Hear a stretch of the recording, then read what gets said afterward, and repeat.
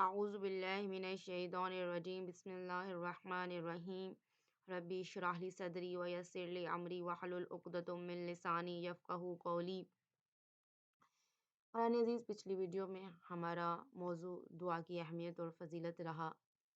کسی بھی عمل، کسی بھی عبادت کی فضیلت اور اہمیت جاننے کے بعد اس کو انجام دینے سے پہلے یا جب انجام دے رہے ہوں تو اس کی قبولیت کی شرائط کو، قوانین کو مد نظر رکھا جائے تو وہ قبولیت کے درجے پر پہنچ جاتی ہے۔ اسی طرح سے جس طرح ہر عمل اور عبادت کی قبولیت کے لیے کچھ شرائط ہیں، تو دعا، کیونکہ بہت ہی، جیسے کہ مولا علی علیہ السلام کا فرمان ہے نا کہ زمین پر محبوب ترین جو عمل ہے وہ دعا ہے، تو اس محبوب ترین عمل کو انجام دینے کی کچھ شرائط ہے تاکہ وہ عمل اگر انجام دیا جائے تو وہ اپنی قبولیت کے درجے پر بھی پہنچے۔ ادروائز اگر ان شرائط کا خیال نہ رکھا جائے گا تو کیا ہوگا کہ یہ دعائیں جو ہیں وہ قبول نہیں ہوں گی۔ اس ویڈیو کو، اس لیکچر کو، اس درس کو سننے سے پہلے ذرا غور کریں ایک لحظے کے لیے، ہماری اب تک کی کتنی دعائیں ہیں جو ہم ایک مدت سے مانگ رہے ہیں لیکن وہ قبول نہیں ہو رہی۔ سب سے پہلے خدا سے اعتراض کرنے سے پہلے، اپنے بارے میں خدا کی بارگاہ میں مایوس ہونے سے پہلے کہ جی ہمیں ہمارے فلاں گناہ کی سزا مل رہی ہے، یا خدا پتہ نہیں ہمارے ساتھ ہی ایسا کیوں کر رہا ہے، اس طرح کے بہت سارے گلے شکوے کرنے سے پہلے ایک لحظے کے لیے سوچے، آیا جو دعا ہم اتنی مدت سے مانگ رہے ہیں،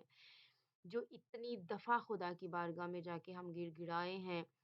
اور ابھی تک ہماری وہ دعا قبول نہیں ہوئی، وہ حاجت ہماری برطرف نہیں ہوئی، اس کی کیا وجہ ہے؟ آیا کہ ہم جو دعا ہے وہ اس کی شرائط کے ساتھ مانگ رہے ہیں؟ آیا ہم خدا کی بارگاہ میں شرائط کے ساتھ جا رہے ہیں؟ سب سے پہلی بات، جس کی بارگاہ میں جا رہے ہیں، آیا اس کی معرفت و شناخت ہے ہمیں؟ یہ ہمارا سب سے بڑا جو کہتے ہیں دعا کی قبولیت میں جو کمی رہ جاتی ہے وہ یہ ہے کہ جس سے مانگ رہے ہیں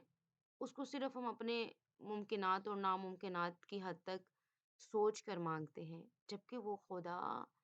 ناممکن کو بھی ممکن میں بدلنے پر قادر ہے، اس کے لیے کچھ بھی ناممکن نہیں ہے۔ لیکن ہماری بہت ساری دعائیں جو صرف ہم اپنی سوچ کے مطابق یا ارد گرد کے حالات و واقعات کو مد نظر رکھتے ہوئے ہم خدا سے مانگتے ہیں، جبکہ ہمیں معرفت ہونی چاہیے۔ اچھا، دوسری بات، پھر ہم اگر مانگ بھی لیتے ہیں،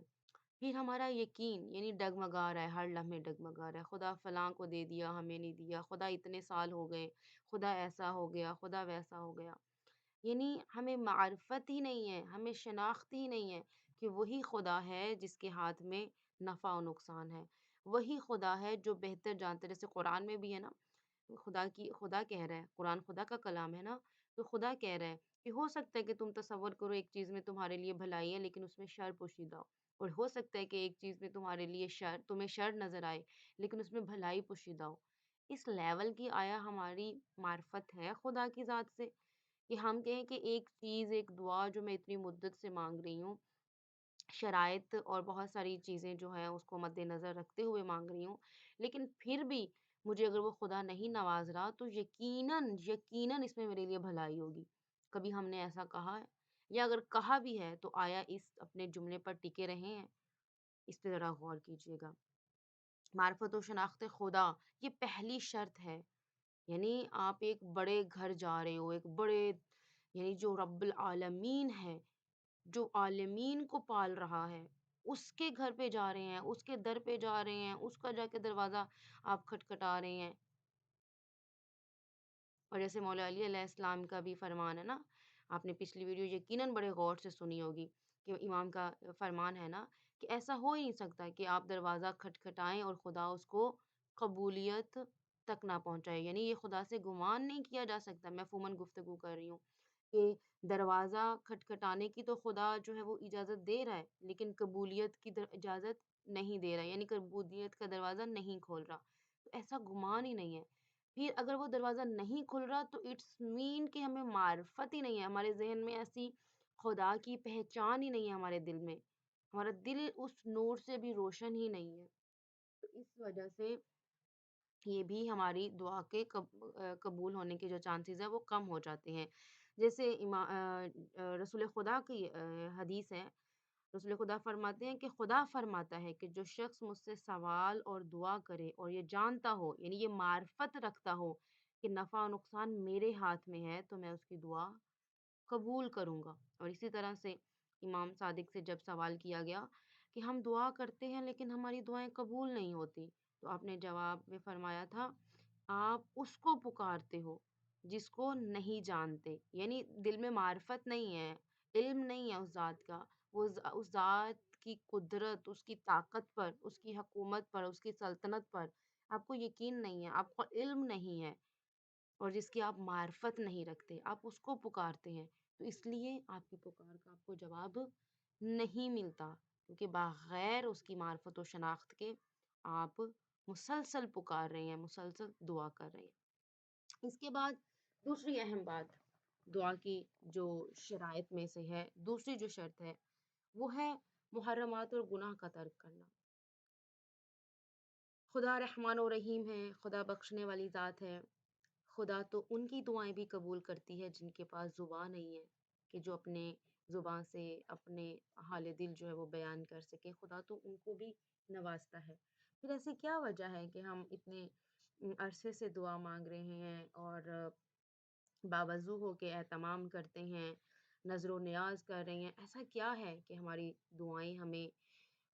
جو ہے پریشانیوں کو دور نہیں کر پا رہی، یہ پکار اس سبب نہیں بن رہی کہ ہمارا جو دلی سکون ہے وہ ہمیں مل جائے؟ اس میں ایک سب سے اہم وجہ گناہ کا ترک نہ کرنا، یعنی اسی خدا کی بارگاہ میں جا رہے ہیں، یعنی اسی سے مانگ رہے ہیں جس کی سارا دن نافرمانی کر رہے ہیں۔ یہ ایک طرح سے ہٹ دھرمی ہے، یہ ہٹ دھرمی کر کے اگر ہم اس کی بارگاہ میں جا رہے ہیں تو ذرا تصور کریں کہ ایک دنیاوی قوانین میں یہ چیز قابل قبول نہیں ہے، تو جو رب العالمین ہے اس کی بارگاہ میں یہ کیسے ہو سکتا ہے کہ نافرمانی بھی اسی کی جائے؟ اور ایسا نہیں ہے کہ صرف ایک دو دفعہ ہم اس گناہ کو ترک ہی نہیں کر رہے، مسلسل گناہوں کا انجام دے رہے، اور اوپر سے ہماری ہٹ دھرمی کا یہ لیول ہوتا ہے، خدا تو بخشنے والا ہے، خدا بخشنے والا ہے، خدا بہت رحمان و رحیم ہے، خدا نے خود کہا ہے کہ میری رحمت میرے قہر پر غالب آئے گی۔ تو جب خدا خود یہ کہہ رہا ہے تو اس کا یہ مطلب نہیں ہے کہ ہم اس کی ذات کو، جیسے پہلا نقطہ ہے کہ معرفت و شناخت خدا پہلی شرط ہے، تو دیکھیں جب ہمیں معرفت و شناخت صحیح معنیوں میں ہوگی تو یقیناً ہم گناہ کو کبھی بھی اپنے ساتھ جڑا نہیں رہنے دیں گے، یعنی گناہ کو ترک کرنے پر مجبور ہو جائیں گے کہ وہ خدا ہمیں دیکھ رہا ہے، خدا جو ہے نفع و نقصان اسی کے ہاتھ میں ہے، تو پھر ہم گناہ کو ترک کر دیں گے، پھر ہم اس کا ادب کریں گے، احترام کریں گے، لحاظ رکھیں گے، غیرت کریں گے کہ ہم جس کے در پہ جا رہے ہیں اسی کی نافرمانی کیسے؟ تو گناہوں کی دعاؤں کی قبول نہ ہونے کی ایک سب سے بڑی وجہ یہ ہے کہ ہم خدا کی نافرمانی بڑی ہٹ دھرمی سے کرتے ہیں اور پھر اسی سے مانگتے ہیں، اور یہ اس کا کرم ہے کہ ہم گناہ گاروں کو پھر بھی وہ وقتاً فوقتاً ہر لحظے ادا عطا کرتا رہتا ہے۔ اور اسی کے حوالے سے امام صادق علیہ السلام کا فرمان ہے کہ خدا خود فرماتا ہے کہ تم میرے عہد و پیمان اور وعدے کو پورا کرو تاکہ میں بھی تمہارے عہد و پیمان کو پورا کروں۔ اور اسی طرح سے امام فرماتے ہیں اللہ کی قسم اگر تم اپنا وعدہ پورا کرو اور احکام الہی پر عمل کرو تو اللہ بھی تمہارے لیے اپنا وعدہ پورا کرے گا، تمہاری دعاؤں کو قبول اور تمہاری مشکلات کو حل فرمائے گا۔ تیسری اہم شرط کمائی اور غذا کا پاک و پاکیزہ ہونا۔ اس کو دیکھا جائے تو اوپر والے جو یعنی پہلی شرط تھی اس سے اس کا گہرا تعلق ہے۔ ایک پاکیزہ ذات کی بارگاہ میں ہم جاتے ہیں تو کبھی ہم نے غور کیا ہے کہ جو لقمہ ہم نے کھایا ہے اور اس لقمے سے جو ہمارے بدن کو طاقت ملی ہے، اور آپ کو پتہ ہے کہ غذا کس طرح سے کام کرتی ہے اور کیسے ہماری بلڈ سٹریم میں وہ انرجی جاتی ہے، تو پھر وہ انرجی ہمارے جسم کے ایک ایک اعضاء جو ہے تک پہنچ رہی ہے۔ تو یعنی ایک لقمہ جو ہم نے کھایا ہے وہ کیسے ہمارے جسم کے مختلف حصوں میں جاتا ہے اور ہمیں انرجی دیتا ہے اور ہم اس سے باقی اعمال جو ہے وہ انجام دیتے ہیں۔ تو جب ہم دعا مانگتے ہیں زبان سے، خدا کی بارگاہ میں چل کے جاتے ہیں، اپنے دل کو خدا کی بارگاہ میں پیش کرتے ہیں، تو اس سے پہلے ہم یہ دیکھیں کہ جو ہمارے پیٹ میں لقمہ ہے آیا وہ پاکیزہ ہے؟ جس غذا نے ہمیں طاقت دی ہے، میری زبان کو طاقت دی ہے بولنے کی، آیا وہ غذا جو ہے حلال طریقے سے میرے پاس آئی تھی یا حرام طریقے سے آئی تھی؟ اس کے حوالے سے بھی امام جعفر صادق علیہ السلام فرماتے ہیں کہ جو شخص یہ پسند کرتا ہے کہ اس کی دعا قبول ہو تو اس کو چاہیے کیا کرے؟ اپنے کاروبار اور کمائی کو پاک کرے۔ جناب موسیٰ نے دیکھا کہ ایک آدمی جو ہے وہ ہاتھ بلند کر کے گریہ زاری کے ساتھ دعا کر رہا ہے۔ خدا نے حضرت موسیٰ کی طرف وحی کی اور فرمایا کہ اس شخص کی دعا قبول نہیں ہوگی۔ کیوں قبول نہیں ہوگی؟ کیونکہ اس کے پیٹ میں حرام ہے، یعنی اس نے حرام کا مال کھایا ہے، اور جو لباس پہنا ہوا ہے وہ بھی حرام ہے اور اس کے گھر میں بھی حرام ہے۔ پیغمبر اکرم صلی اللہ علیہ وآلہ وسلم فرماتے ہیں کہ اگر تم چاہتے ہو کہ تمہاری دعا قبول ہو تو تم اپنی غذا کو پاکیزہ کرو اور اپنے پیٹ میں حرام کو داخل نہ ہونے دو۔ ان تین شرائط کے بعد چوتھی سب سے اہم شرط کہ جب ہم خدا کی بارگاہ میں بیٹھتے ہیں تو حضوری اور رقت قلبی کا ہونا بہت ضروری ہے، یعنی حاضر و ناظر خدا کی ذات کو سمجھے۔ رسول خدا فرماتے کہ یہ جان لو کہ خداوند عالم اس دل سے دعا قبول نہیں کرتا جو غافل اور بے پرواہ ہے، اور یہ سب سے بڑی وجہ ہے، بہت سارے مسائل کی سب سے بڑی وجہ ہے مائنڈ فلنس نہ ہونا، یعنی جس لمحے میں ہم موجود ہوتے ہیں اس لمحے میں موجود نہ ہونا، یعنی جس لمحے ہمیں موجود ہونا چاہیے اس لمحے ہم غیر موجود ہوتے ہیں۔ مثال چھوٹی سی دوں گی، ابھی آپ ویڈیو سن رہے ہوں گے یقیناً، لیکن ذہنی طور پہ آپ کہیں اور ہوں گے، کان آپ کے اس ویڈیو پر ہوں گے اور ہاتھ آپ کے کسی اور کام پر ہوں گے۔ تو یعنی آپ جس لمحے میں ہیں اس لمحے کو آپ 2 منٹ 3 منٹ 5 منٹ نہیں دے سکتے۔ اس کیفیت میں ہیں آج کل ہم سب، افراتفری کا یہ عالم ہے۔ رسول خدا فرماتے ہیں کہ یہ جان لو کہ خداوند عالم اس دل کی دعا قبول نہیں کرتا جو غافل اور بے پرواہ ہے، یعنی اس دل میں ہزار وسوسے آئی جا رہے ہیں اور وہ پھر بھی زبان سے جو ہے وہ دعا کر رہا ہے خدا کی بارگاہ میں۔ پانچویں اہم بات، اخلاص۔ جب چار شرائط پوری ہو جائیں گی تو پانچویں اہم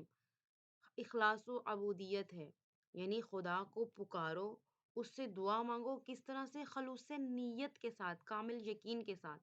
اس حال میں کہ اپنے دین کو اس کے لیے خالص قرار دو۔ یعنی یہ سورہ غافر کی، سورہ مومن کی یہ آیت ہے، آیت نمبر 14، کہ خدا کو پکارو اور اس سے دعا مانگو خلوص نیت کے ساتھ۔ اور امام جعفر صادق علیہ السلام فرماتے ہیں کہ بے شک خدا اپنے مومنین بندوں سے قبولیت دعا کا وعدہ فرماتا ہے۔ مومن کون ہوتا ہے؟ جو خدا کی مانتا ہے۔ آپ کو یاد ہوگا، یقیناً آپ لوگوں نے سنا ہوگا، مولانا شبلی سے یہ بہت معروف ہے، اکثر یہ محفلوں میں یہ بات کوڈ بھی کی جاتی ہے کہ پوچھا گیا ایک مسلمان اور مومن میں کیا فرق ہے؟ یعنی مسلمان کا فرق یہ ہے کہ وہ اللہ کو مانتا ہے اور مومن وہ ہے جو اللہ کی مانتا ہے۔ کو اور کی کا فرق ہے، یعنی مسلمان اللہ کو مانتا ہے، مومن اللہ کی مانتا ہے۔ اب جو اللہ کی مان جائے گا تو خدا کا وعدہ ہے کہ میں اس کی دعا کو ضرور قبول فرماؤں گا۔ چھٹی بات، صحیح و کوشش۔ ایسا نہیں ہے کہ آپ اوپر والی 5 جو شرائط پر پورا اتر رہے ہیں تو آپ جی ہاتھ پہ ہاتھ رکھ کے بیٹھ جائیں، جی میں تو دعا مانگ رہا ہوں اور میں ان شرائط پر پورا اتر رہا ہوں تو میری یقیناً خدا دعا جو ہے وہ قبول کرے گا۔ اپنے مشہور جو مقولہ ہے آپ نے سنا ہوگا، کیا ہے کہ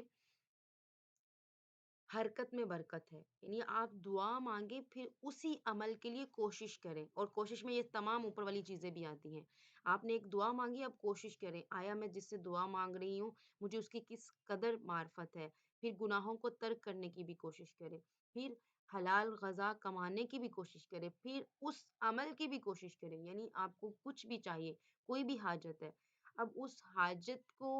پورا کرنے کے لیے مجھے کیا کیا کرنا چاہیے، میرا کیا کیا، خدا نے تو مجھے عطا کرنا ہے، لیکن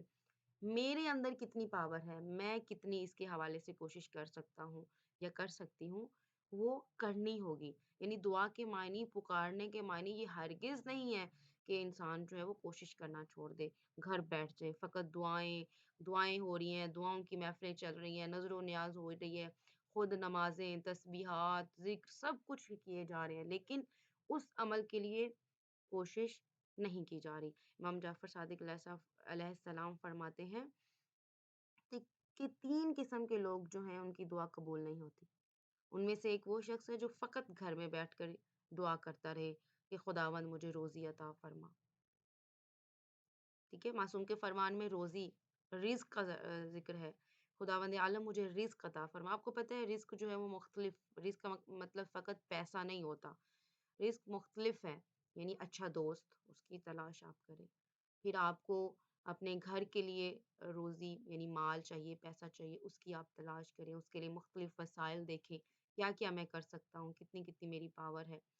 پھر اس طرح سے بہترین گھر بنانے کے لیے، پھر اسی طرح سے اپنی ہدایت کے لیے ہم دعا کرتے ہیں، خدایا ہمیں نیک ہدایت عطا فرما۔ آیا ہم اس ہدایت کو پانے کی کتنی کوشش کر رہے ہیں؟ یہ بہت بڑا رزق ہے کہ خدا ہمیں نیک اعمال کرنے کی توفیق عطا کرتا ہے، یہ بہت بڑا رزق ہے۔ امام فرماتے ہیں کہ جو فقط 3 طرح کے لوگ ہیں ان کی دعا قبول نہیں ہوگی۔ ایک وہ شخص ہے جو فقط گھر میں بیٹھ کر دعا کرتا رہے کہ خداوند مجھے روزی عطا فرما، اسے جواب دے دیا جائے گا کہ کیا میں نے تمہارے لیے روزی کمانے کا ذریعہ اور وسیلہ قرار نہیں دیا ہے؟ یعنی دوسرے لفظوں میں حصول رزق کے لیے تلاش و کوشش کرنا، کام کرنا ایک چیز ہے، لیکن روزی کا نصیب ہونا، اس کا بابرکت ہونا، توفیق الہی کا شامل حال ہونا، یہ ایک دوسرا مطلب ہے۔ یعنی آپ کو اپنی رزق کو بڑھانے کے لیے، معصوم کا فرمان ہے، آپ کو اپنے رزق کو تلاش کرنے کے لیے کام کرنا، ٹھیک ہے، اپنے رزق کو بڑھانے کے لیے کام کرنا، کوشش کرنا، اپنے آپ کو اس قابل بنانا، اپنے اندر سکلز لے کے آنا، یہ ایک اور چیز ہے۔ اور پھر دوسری طرح سے آپ کو حلال رزق نصیب ہو رہا ہے، آپ کے رزق میں برکت ہے، یہ توفیق الہی کا شامل ہونا، یہ ایک دوسری چیز ہے، ٹھیک ہے؟ اور ان دونوں کے لیے دعا جو ہے وہ بہت مؤثر ہے۔ اس میں بہت معروف ہے کہ علاج کروانا، شفا کے لیے ہم ڈاکٹر کے پاس جاتے ہیں، حکیم کے پاس جاتے ہیں اور اس کے دستور کے مطابق کیا کرتے ہیں، دوائی جو ہے وہ استعمال کرتے ہیں۔ یہ ایک مطلب ہے، ٹھیک ہے، جو اس نے ہمیں دستور دیا ہے، ہم اس کے مطابق جو ہے وہ دوائی کا استعمال کریں۔ لیکن ڈاکٹر کی تشخیص کا صحیح ہونا اور دوائی کا شفا میں مؤثر ہونا، یہ ایک دوسرا مطلب ہے۔ یعنی جس میں دعا اور صدقہ وغیرہ بہت مؤثر ہوتے ہیں، یعنی اگر ہم دعا کرتے رہیں، صدقہ کریں، تو یعنی ہماری جو ہے، اب یہ نہیں کہ میں نسخہ رکھ دوں اور میں صرف دعا اور صدقہ کرتی رہوں گی، یعنی یہ میری جو ہے صرف یہ کوشش مجھے کام نہیں دے گی۔ ایک طرف سے یہ ہے کہ میں اس نسخے کو بھی استعمال کروں، ساتھ اپنی جو مرض ہے مجھے اس کی تشخیص کر کے اس کے مطابق احتیاط بھی کروں، ٹھیک ہے؟ سیم اسی طرح سے دعا بھی مانگیں، صدقہ خیرات بھی کریں اور حرکت بھی کریں، پھر انشاءاللہ جو ہے وہ ہمارے دعا جو ہے وہ ضرور خدا کی بارگاہ میں قبول ہوگی۔ خداوند عالم سے دعا ہے کہ ہمیں بہترین انداز سے دعا کو مانگنے کی توفیق عطا فرمائے اور دعا کی فضیلت و اہمیت کو سمجھنے کے بعد اس کی تمام تر شرائط پر پورا اترنے کی بھی ہمت دے اور توفیق عطا فرمائے۔